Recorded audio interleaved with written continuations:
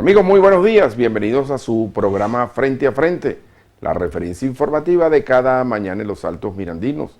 Como siempre vamos a recordar nuestras redes, mi cuenta de Twitter es @JairCuba, la del programa Frente a Frente 9, mi cuenta de Instagram, Jairo Cuba, el canal de YouTube para que se suscriban, puedan ver este y otros programas, Jairo Cuba TV. Sean bienvenidos entonces de nuevo a la referencia informativa de cada mañana en los Altos Mirandinos. Hoy es lunes 20 de marzo, ya en la víspera de la Semana Santa. Hoy voy a conversar con un amigo de vieja data, por no decir un viejo amigo ni un antiguo amigo, sino un amigo de vieja data, muy conocido, un analista político con mucho acierto.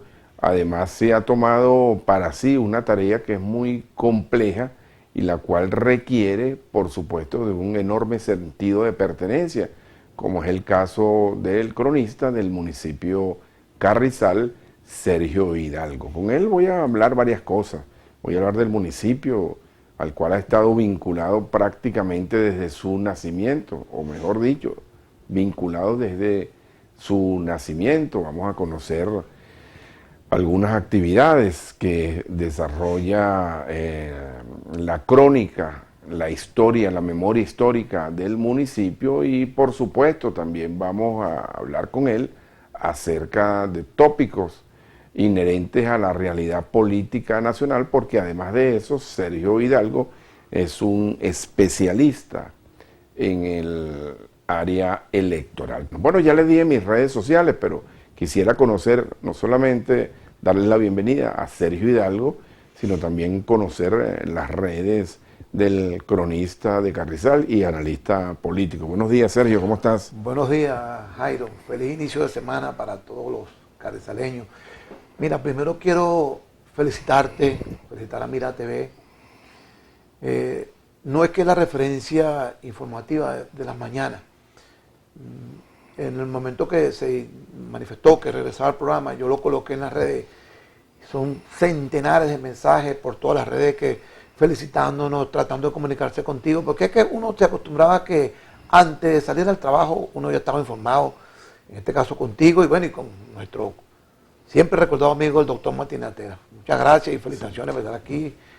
Sí, las cuentas mías son Carrizal 2020 y cronista de Carrizal, del municipio de Carrizal, así las consiguen en cualquier lado. Oye, sí, bueno, se me pasó por alto y ahora lo aprovecho, ya lo dije, ya te lo dije personalmente, pero quiero hacerlo público. De verdad, el apoyo que le has dado al regreso del programa a través de las redes, porque me llegó muchísima, pero muchísima interacción de eso, y te tengo que agradecer públicamente, porque yo sé, Sergio, que tú lo haces también con sentido de pertenencia, porque de cualquier manera, este y otros espacios, porque no soy el único, contribuyen a que la gente pueda dinamizar la opinión pública, y eso es muy importante.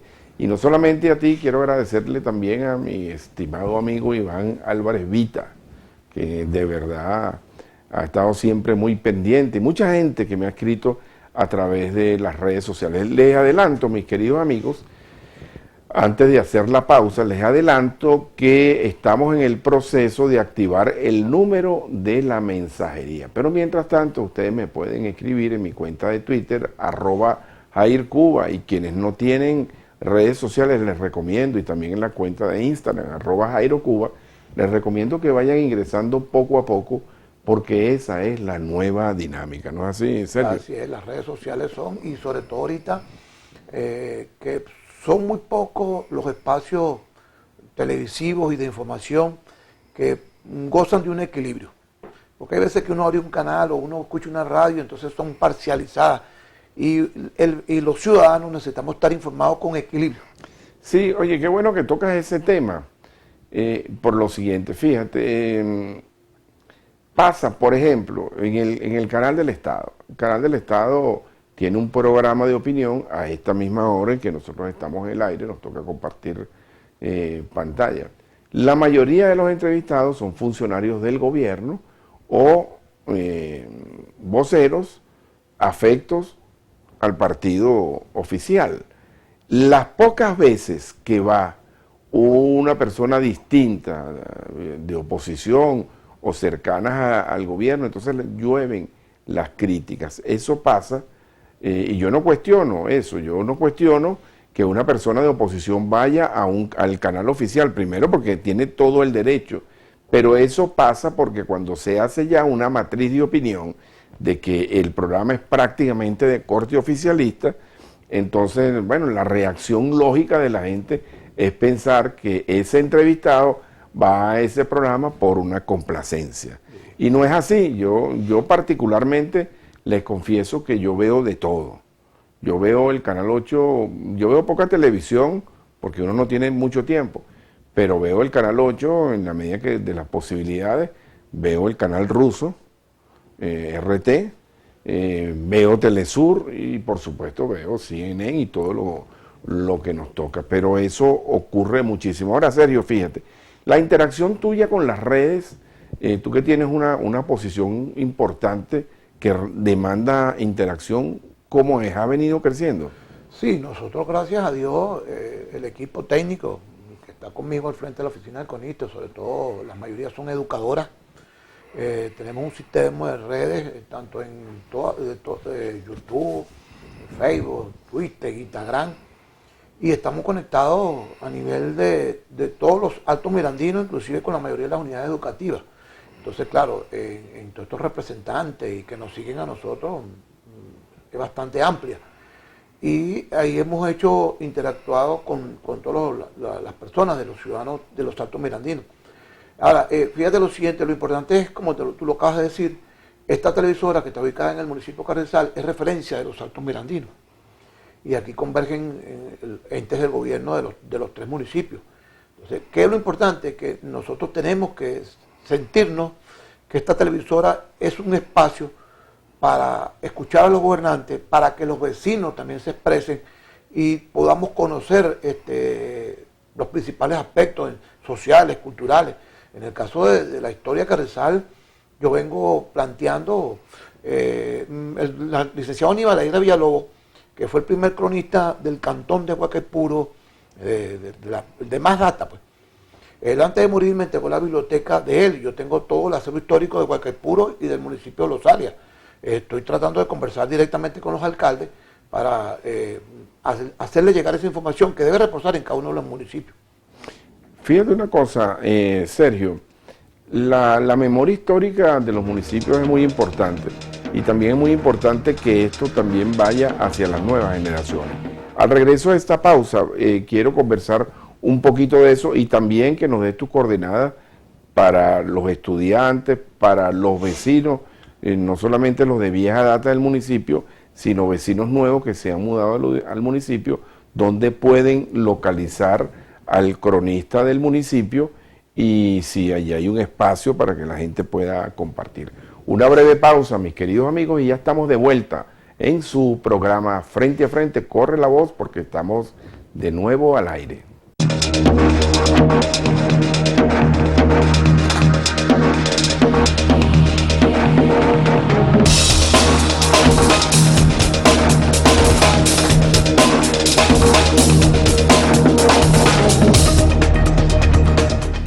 Ya estamos de vuelta, mis amigos, en su programa Frente a Frente, la referencia informativa de cada mañana en los Altos Mirandinos, conversando hoy con Sergio Hidalgo, el cronista del municipio Carrizal y analista, además, analista, y ese es el rol en el que hoy vamos a tratar de enfocar la conversación para comenzar a meternos y a sumergirnos poco a poco en el tema político. Parece mentira.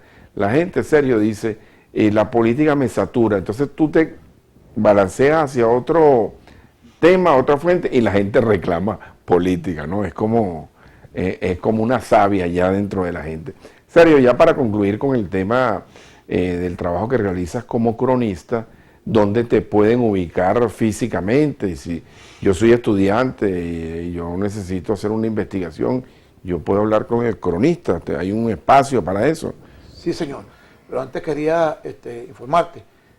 Fíjate, yo ahorita estoy de permiso y en 246 años que tenía el cantón del municipio de Guaycaipuro, por primera vez una mujer llega a ser encargada de la oficina del CONISTE, una muchacha joven, una licenciada de educación, Rosy Ortega.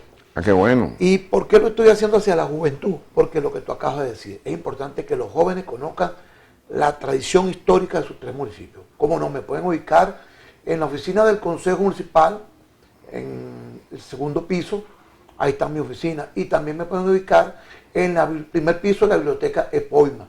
Nosotros contamos ahí con toda la información histórica que requiera no solamente... Una biblioteca, incluso salón de lectura. Sí. Y tenemos la biblioteca Epoima y tenemos la biblioteca Aníbal La Higuera Villalobos.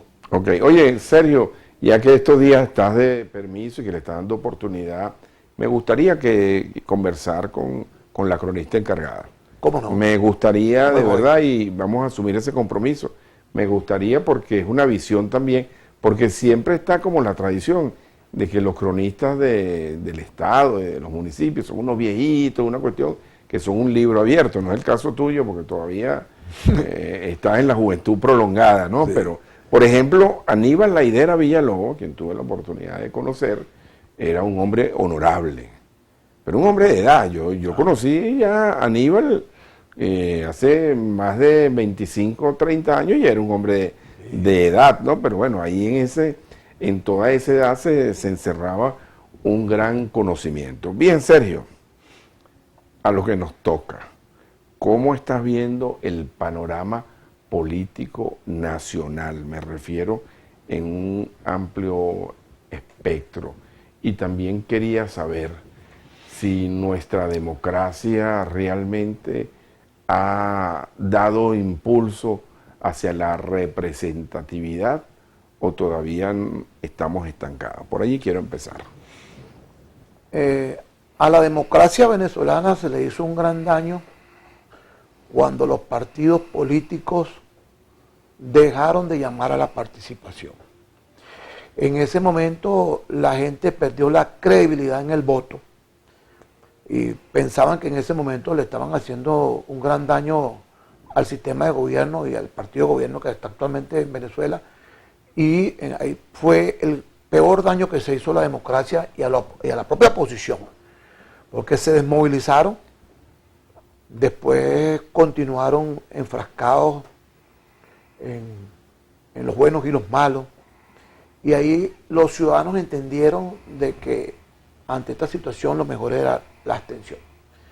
Después, cuando quisieron volver a llamar a la participación, obtuvieron un triunfo, después volvieron a echar para atrás y ahorita vuelven a regresar. Entonces, esta circunstancia es la que ha hecho, porque la única arma que tenemos los ciudadanos no tenemos armas. Las armas están destinadas para los cuerpos de seguridad y los altos mandos militares y los que cuidan la seguridad de la República. Nosotros los ciudadanos lo único que tenemos, la única arma que tenemos nosotros es el voto, que es la soberanía popular. Y cuando uno entrega la soberanía popular y pierde el voto, ahí nació este problema principalmente con la democracia. El voto aún en las peores circunstancias. En las peores circunstancias. Fíjate, Sergio, eso que tú decías es una reflexión que hemos hecho muchas veces aquí. Y al final del cuento, yo estoy asumiendo esto de una manera tolerante y digamos con raciocinio, con racionalidad, mejor dicho, político, decir, bueno, eso fue una estrategia, pero finalmente no funcionó. Para decirlo de alguna manera. ¿Qué es lo que ocurre también, Sergio? Que a la clase política le ha costado como enmendar sus errores y reconocerlos públicamente, lo cual es una norma cotidiana de la vida, porque si fuéramos perfectos, las cosas no serían dinámicas. Y cuando nos equivocamos tenemos que reconocerlo. ¿Vamos en camino de rectificación o de equivocarnos nuevamente? Y cuando te hablo, donde me involucro, no me involucro hacia una parcialidad política, sino como país y como modelo democrático, porque también ocurre lo mismo en el partido de gobierno. Cuando digo que si vamos hacia allá, me refiero también al tema del PSUV, porque el PSUV también ha tenido un solo candidato, dos candidatos desde que son gobiernos, ¿no? No, indudablemente que hasta que en Venezuela no regrese el Estado de Derecho, la separación de poderes, la democracia venezolana sigue muy comprometida. Tú te ves ahorita, por ejemplo, que con este nuevo proyecto de ley que quieren hacer sobre las ONG, donde ahorita en los actuales momentos la propia organización Súmate, que es una de las promotoras de la participación y de la defensa del voto, viene promoviendo una conferencia ¿por qué destinarle a los jóvenes que voten? Y en este caso el partido gobierno, que como estrategia lo hace inteligentemente, ellos desmotivan porque siempre quien está en el gobierno busca que la gente se abstenga y se mantienen más en el poder.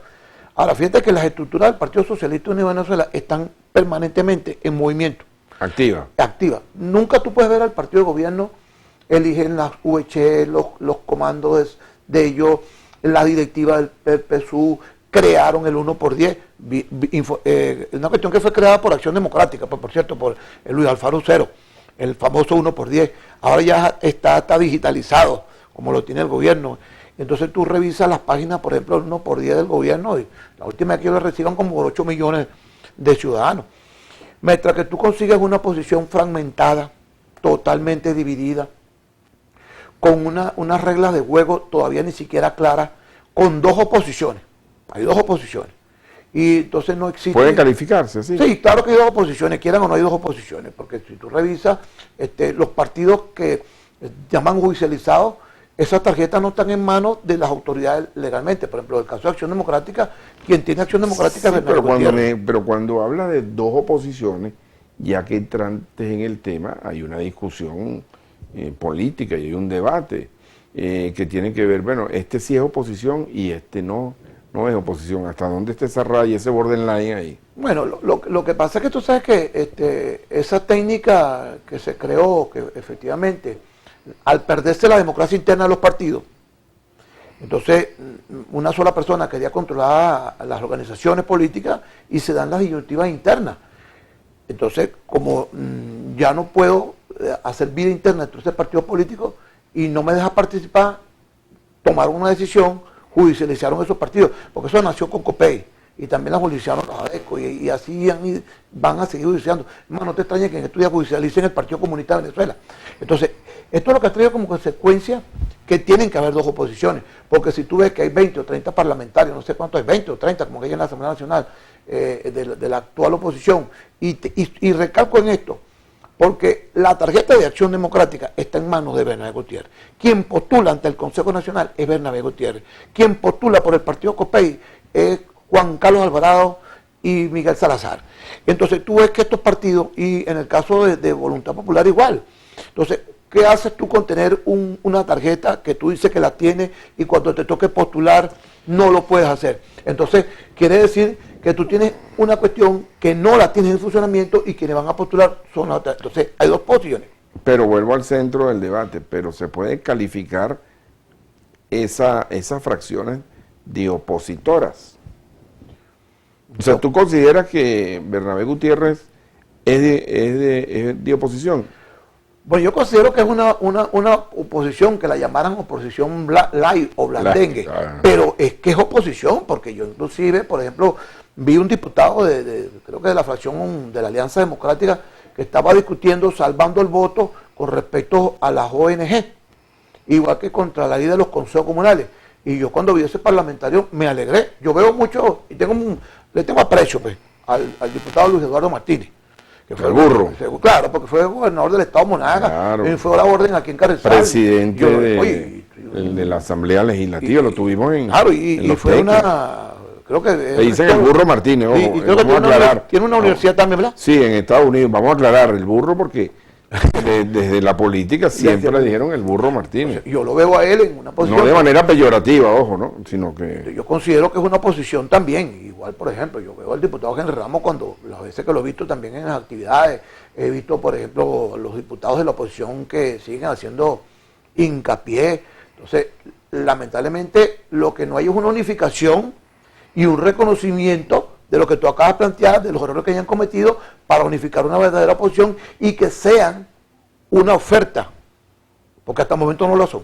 Bueno, fíjate que ya vamos entrando casualmente en el tema que nos va a ocupar el programa y por eso quería iniciar contigo la semana hablando de esto. Precisamente, estamos en instancias de la selección de un candidato. El tiempo corre raudo y veloz. Las elecciones están previstas para el 2024, pero nada indica o nada asegura que puedan ser antes. Entonces, las oposiciones, por llamarlo de alguna manera, tendrán que buscar la manera de entenderse y ponerse de acuerdo. Entonces, sobre eso me gustaría conversar al regreso de esta pausa, y también cómo ves tú el tema de las primarias, y hagamos un recuento histórico también de las últimas primarias que hubo. Mis amigos, una breve pausa y ya estamos de nuevo juntos en su programa Frente a Frente.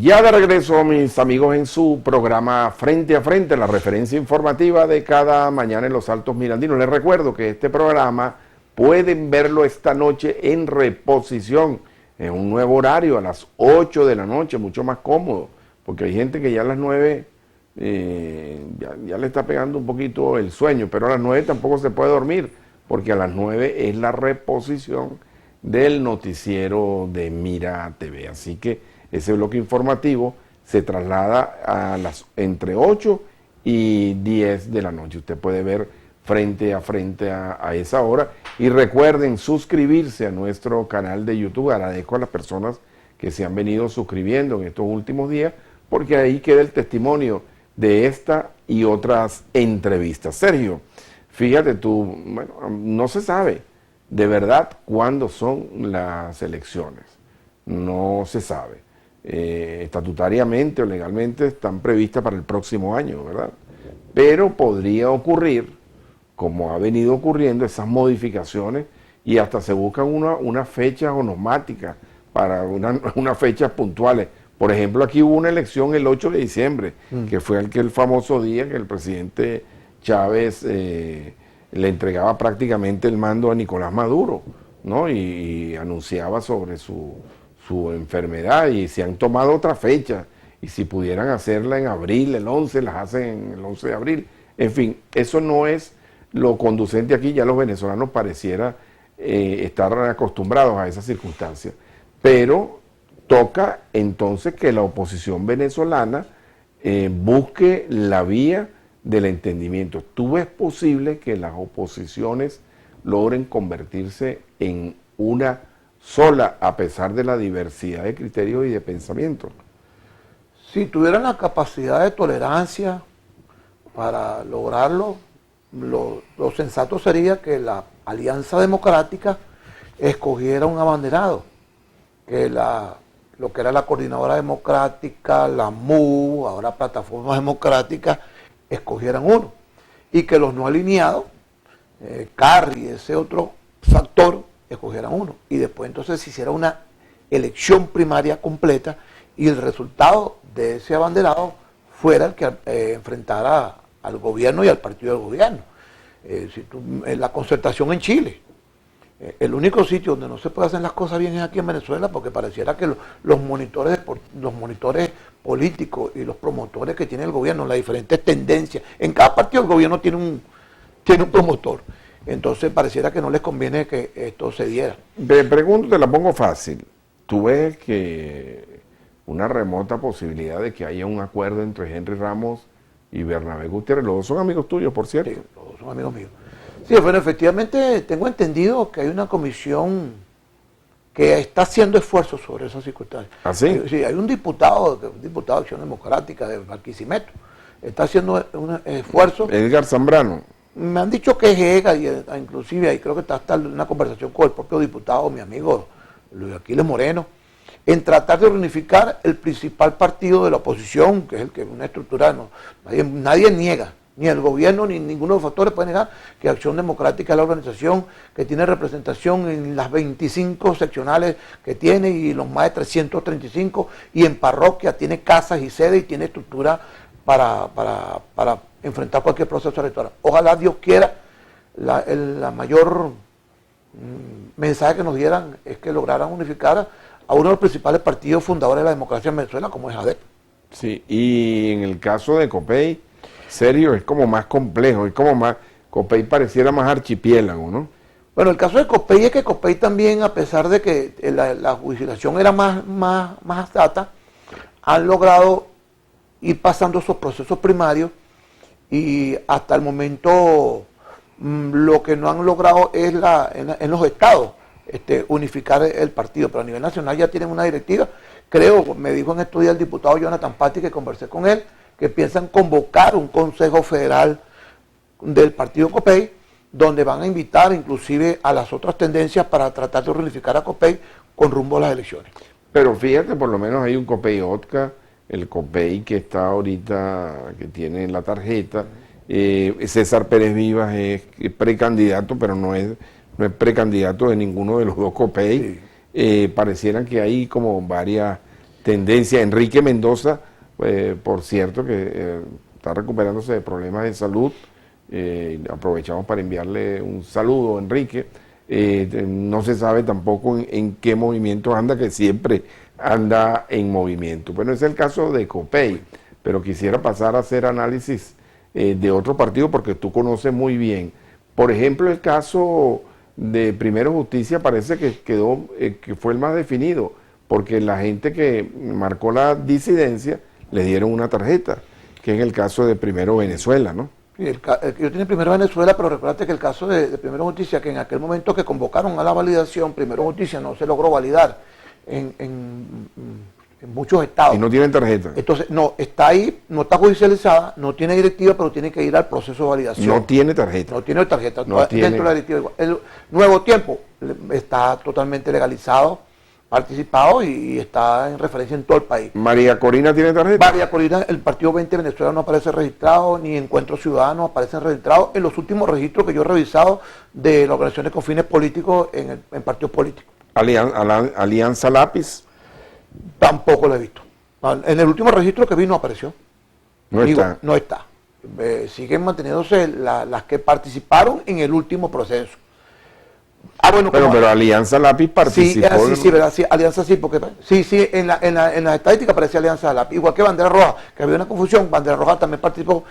Pero es que también está judicializado. Sí, pero participó, tiene tarjeta. Tiene tarjeta de un sector. La Fuerza Vecinal también es un partido nacional. Fuerza Vecinal también es un partido nacional, que de los otros partidos, el Partido Republicano, me imagino que no alcanzó la votación requerida. No alcanzó. Y cuando no cumplen con el porcentaje que tienen que sacar un porcentaje. La causa radical no está validada. Bueno, fíjate, Sergio, qué bien que tocamos este tema, porque tampoco se pueden ir creando falsas expectativas, ¿no? Y lo digo de la manera más responsable posible. Por ejemplo, una falsa expectativa que hay que definir, con la cual yo estoy en contra, y con toda seguridad tú también, es el caso de la inhabilitación de Enrique Capriles. Yo estoy en contra de eso, pero está inhabilitado, esa es la realidad. Y eso ocurrió en las anteriores primarias, ¿te recuerdas? Con Leopoldo López, que el último día, después que hizo una campaña, renuncia a favor de Capriles. En estos casos específicos yo creo que también debe hablársele con claridad al país. Sí. Bueno, la Mesa de la Unidad Democrática, la MUC, también es un partido nacional. Pero yo estoy totalmente en contra de la judicialización y que pretendan inhabilitar a un político o un candidato de cualquier naturaleza únicamente por quitárselo del medio.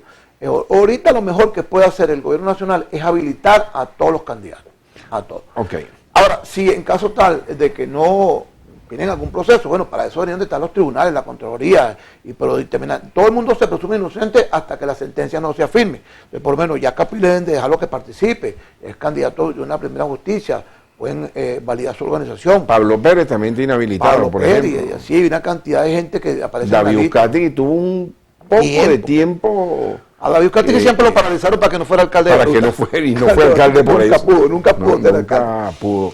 Pero bueno, tenemos esperanza de que regrese ese sistema y que puedan permitir que los partidos políticos participen, porque eso es lo mejor. Al gobierno le conviene ahorita darse un baño de democracia. ¿Y tú crees que sea capaz de abrir el grifo?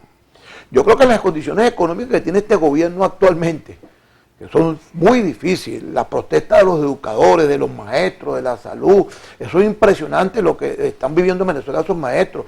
Yo quiero decir que es mentira, pues yo no lo he visto oficialmente, pero que un general de la aviación salga a decir a los militares que tienen que buscarse otro trabajo, que se le diga a los educadores que tienen que trabajar 2 días a la semana para que se puedan buscar otro trabajo. Oye, bendito sea Dios, yo no creo que el gobierno esté en condiciones de eso, yo creo que el gobierno necesita darse un baño de democracia, y ese baño de democracia pareciera que tanto la Comunidad Europea como los Estados Unidos le dicen regresen a México a sentarse y a dialogar.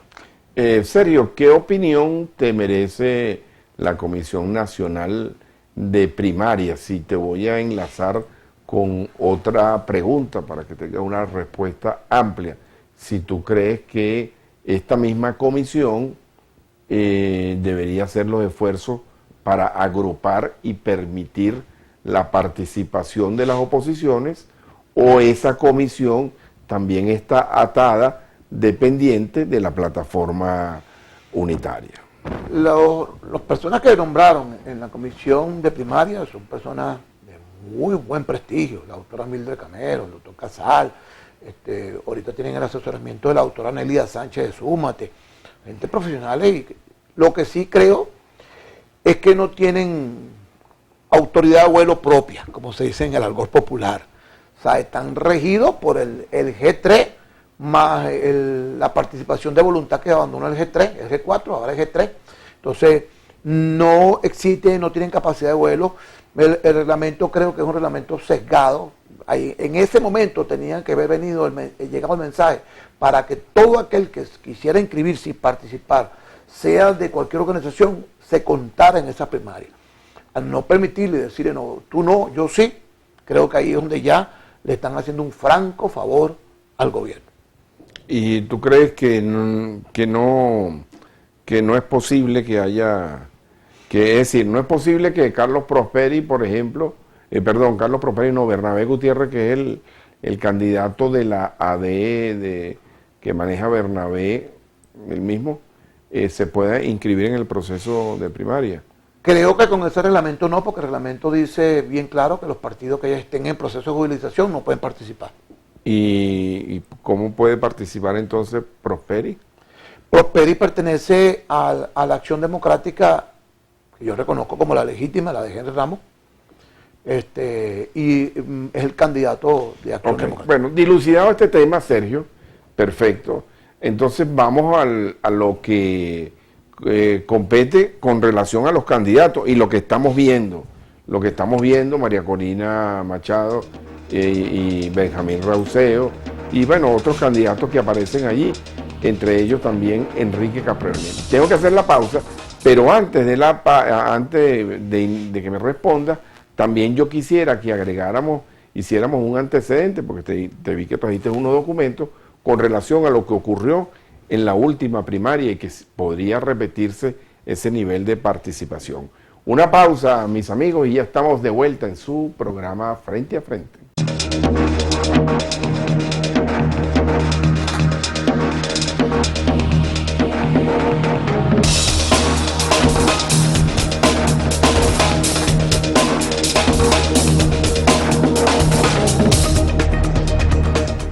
Ya estamos de vuelta, mis amigos, en su programa Frente a Frente. También les recuerdo que de 1 a 2 de la tarde nos pueden sintonizar en P&P Sport Radio 89.9 FM, la primera FM deportiva de Venezuela, y nuestro programa Boxeo Plus, el único programa de boxeo diario de la radiodifusión en Venezuela. Eso lo puedo certificar. Estoy tras la búsqueda si es también en la América Latina.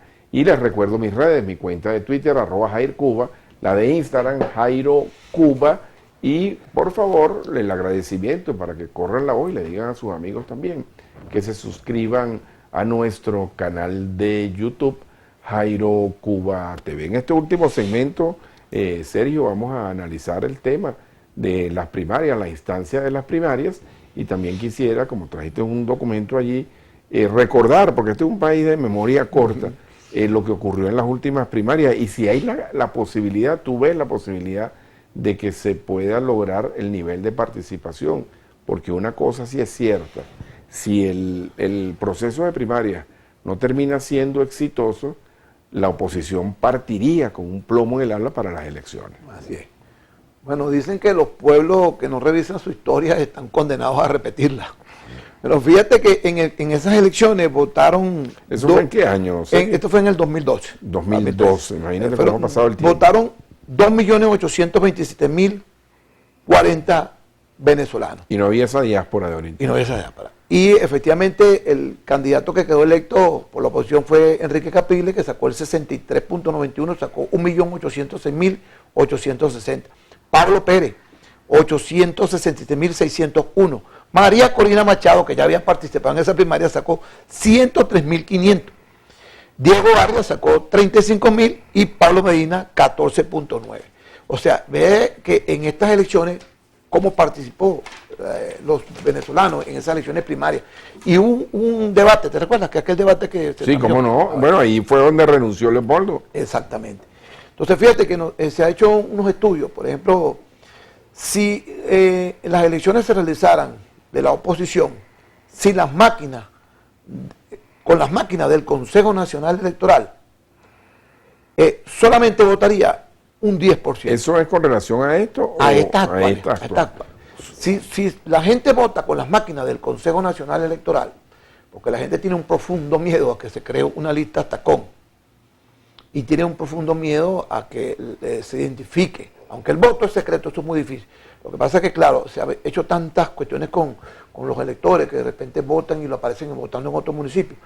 Dejarían de votar una gran cantidad, pero si votan que la Mesa de la Unidad Democrática, la plataforma democrática, realice unas elecciones donde el asesoramiento técnico del CNE sea solamente la custodia de los centros de votación, pero que la votación en Europa, en todos los países del mundo, se vota manualmente y en pocos segundos ya están los resultados. Aquí votamos en máquina y hay veces que pasamos hasta 2 días, 3 días esperando los resultados. Entonces yo creo, fíjate, si pero es así, todavía estamos esperando los resultados de la constituyente. Bueno, exactamente. Entonces fíjate, si llegaran a votar eso con las máquinas, la abstención va a ser bárbara. Si llega a votar sin las máquinas, la participación va a ser mayor, un 15, un 20%. Ahora, fíjate lo siguiente, que hay que sacar la cuenta aquí. Empezaron a discutir sobre los venezolanos que están en el extranjero. Yo creo que se calculan, según 7, 8 millones de venezolanos. No van a poder votar, votarán allá, pero después cómo los regresamos para que voten aquí. ¿Qué pasaría si el candidato que ganó con la mayoría de los votos que están en el extranjero, pero el que llegó de segundo sí tiene los votos que estaban aquí en Venezuela? ¿Quién tendrá mayor representatividad? ¿El que se contó aquí en Venezuela o el que ganó los votos en los Estados Unidos o en cualquier parte del país? Yo creo que eso la oposición tiene que revisarlo. La última vez, yo no me recuerdo, sé que los que estaban en Miami tenían que ir a votar a las Carolinas. A las Carolinas, y yo creo que era más fácil ir para Colombia que ir para allá. Sí. Entonces, ese tipo de cosas afectan este proceso primario. Y otra cosa que creo que es la primera falla que comete la comisión de primaria es no haber realizado esas elecciones, por lo menos en el segundo o tercer trimestre de julio, y no en octubre. Todas las elecciones primarias dejan, y sobre todo en Venezuela, sobre todo en Sudamérica, y aquí en Venezuela mayor, dejan muchas heridas. Entonces, ¿en qué momento se va? Octubre, noviembre, diciembre. Y aquí hay algo que tú lo anunciaste empezando el programa sobre el proceso de las elecciones, y decía un amigo mío, Luis Hernández, que los rusos también juegan. ¿Qué sucede si el gobierno convoca las elecciones para el primer trimestre o el segundo trimestre del 2024? Y que en ese momento no solamente le diga que van a haber elecciones de presidente de la República, sino también de los gobernadores de estado y de los alcaldes, los ejecutivos. Ya lo hicieron una oportunidad y movieron las parlamentarias y legislativas para otro lado. Entonces, esto traería como consecuencia que tendríamos un candidato presidencial en octubre, ya en diciembre en la calle, y después tendrían que buscar la palabra fatídica, consenso, para ponerse de acuerdo por los 24 gobernadores y consenso para los 335 municipios. Tú te imaginarás eso. Entonces yo creo que aquí el primer error fue la fecha. Fíjate, Sergio, has dicho, tú dijiste palabra fatídica, yo voy a decir palabra clave, consenso. ¿Tú ves que existiría la posibilidad de un consenso incluso antes de primaria? Yo creo que si se someten a un consenso ya le estarían entregando la reelección al gobierno. Porque es que necesitamos primero que el candidato a la oposición se bañe de democracia, se bañe de participación, porque como te lo dije anteriormente, históricamente, ellos se dedicaron a convocar a la abstención ese candidato necesita que, ¿por qué yo me voy a motivar a votar ahorita si después me dijiste que no votara? Y se perdieron centenares de alcaldías que se podían ganar, las gobernaciones que se podían ganar, las gobernaciones que se pudieron ganar ahorita por divisiones internas. El caso de Miranda. Táchira. Se hubiesen ganado gobernaciones únicamente porque no existió la voluntad y la prudencia para haber escogido un candidato único. Fíjate, serio, ya que nos detenemos ahí, fíjate. Las zonas de mayor población son Zulia, Miranda y Caracas. Ahora, imagínate si la oposición hubiese logrado capturar Miranda y Táchira. Eso es una señal, porque además ya tenía asegurada el Zulia. Entonces, ahí tienes un caudal electoral verdaderamente importante. Yo creo que tú eras más del 60% de los electores del país. Ahora, Sergio, la realidad en este momento, fíjate, estamos hablando de quienes están aptos para participar y quienes no. No hablamos del caso de Benjamín Rauseo. ¿Tiene partido o no tiene partido? Él registró hace mucho tiempo Piedra y pero Conde, eso yo creo que pero ellos no lograron validarse en aquel proceso. No sé si ahorita Benjamín Rauseo, porque también hay que diferenciar quién es el Conde, que es el personaje artístico, claro, y quién es el doctor Benjamín Rauseo. Porque es muy preparado, yo trabajé por él un tiempo, ayudándole en Anzoátegui. Y él no tiene ahorita partido, a lo mejor está en ese proceso de... Yo lo he dicho aquí. De la reserva del nombre. Yo particularmente veo con mucho respeto a Benjamín. Lo veo con mucho respeto. Sí, no lo puede visualizar como el Conde del Guácharo. Zelensky es un humorista y es el presidente de Ucrania. Claro, sí, exactamente. Entonces, y ha tenido guarda. Le ha tocado. Sí. Le ha tocado. Ahora, ok, Sergio, en esta instancia... Perdóname, fíjate que yo en estos días, por curiosidad, revisé a María Corina Machado en las páginas del Consejo Nacional. Y María Corina, cuando tú imprimes su ficha, te dice que está activa para votar, no tiene nada. O sea, María Corina cumplió con la... Ella estuvo inhabilitada y una inhabilitación fuera de todo el contexto legal. Le aplicaron una cuestión únicamente porque fue a ejercer un derecho diplomático de defender a Venezuela y le aplicaron que él había sido usurpado la función de canciller. Bueno, eso es ilegal lo que hicieron con María Corina. Pero fíjate lo siguiente, ella no está inhabilitada. El caso de Capriles Radosky sí, y el gobierno, y tienen que levantarle la sanción a Capriles. El caso de Juan Guaidó, que está inhabilitado. Ah, bueno, es otra tarjeta que no está tampoco. Pero aparece inhabilitado. Ah, aparece inhabilitado. Y es otra tarjeta que no está. No, la tarjeta de Voluntad Popular no está. También está judicializada. También está judicializada.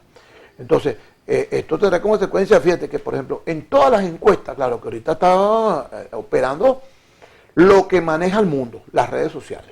Entonces, indudablemente que María Corina tiene un gran peso, junto con Benjamín Rauseo, pero hay una cosa aquí que sigue apareciendo, que es el peso del Estado Zulia, que es el gobernador Manuel Rosales.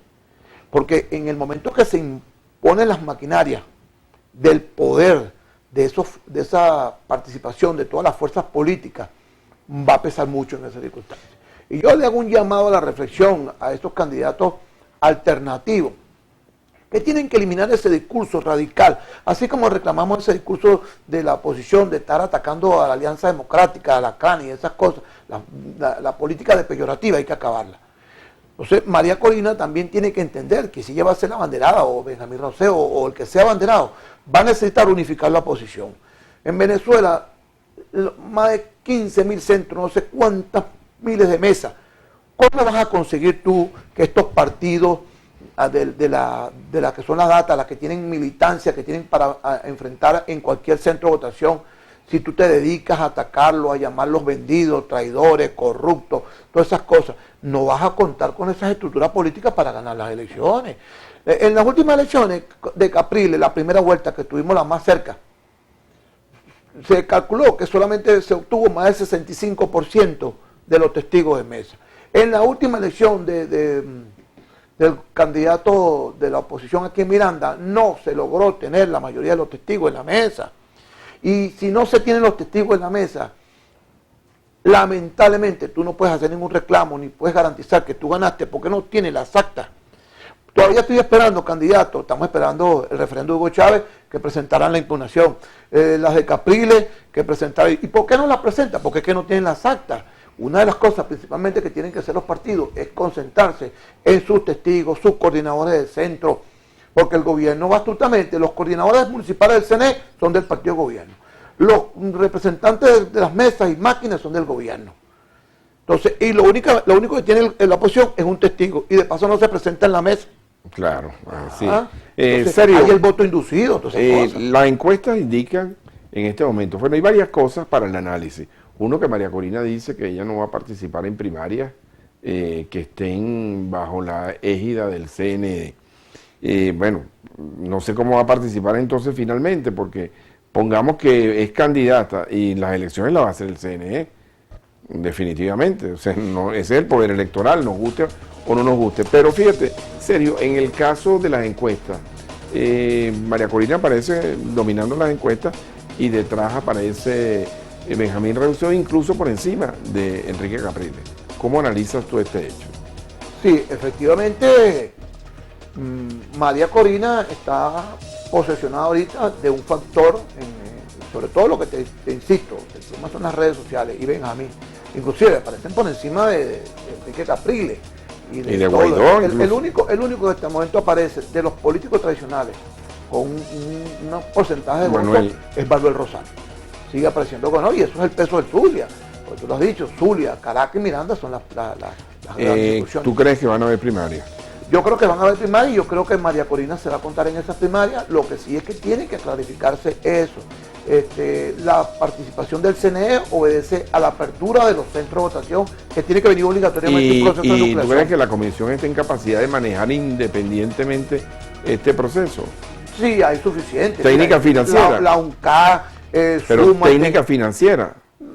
Sí va a haber participación, yo creo que sí va a haber, inclusive la propia, si no permiten que las ONG que tienen la capacidad de ayudar al financiamiento de la oposición para financiar este proceso, pero yo entiendo que María Corina va a participar en ese proceso, Benjamín Reuseo y todo el que sea. Por cierto, que creo que escuché en estos días que el que no tenga partido se puede inscribir recogiendo el 0.5% de los electores. Y hay otra fórmula que son los partidos tradicionales que pueden participar. El que tenga un partido, pues, en este caso, por ejemplo, Fuerza Vecinal puede postular un candidato, Nuevo Tiempo. Los que están legalizados pueden participar. Y la MU, como es una alianza, una plataforma de todo, tendrán que ir a la recolección del 0.5 para inscribirse en esas primarias.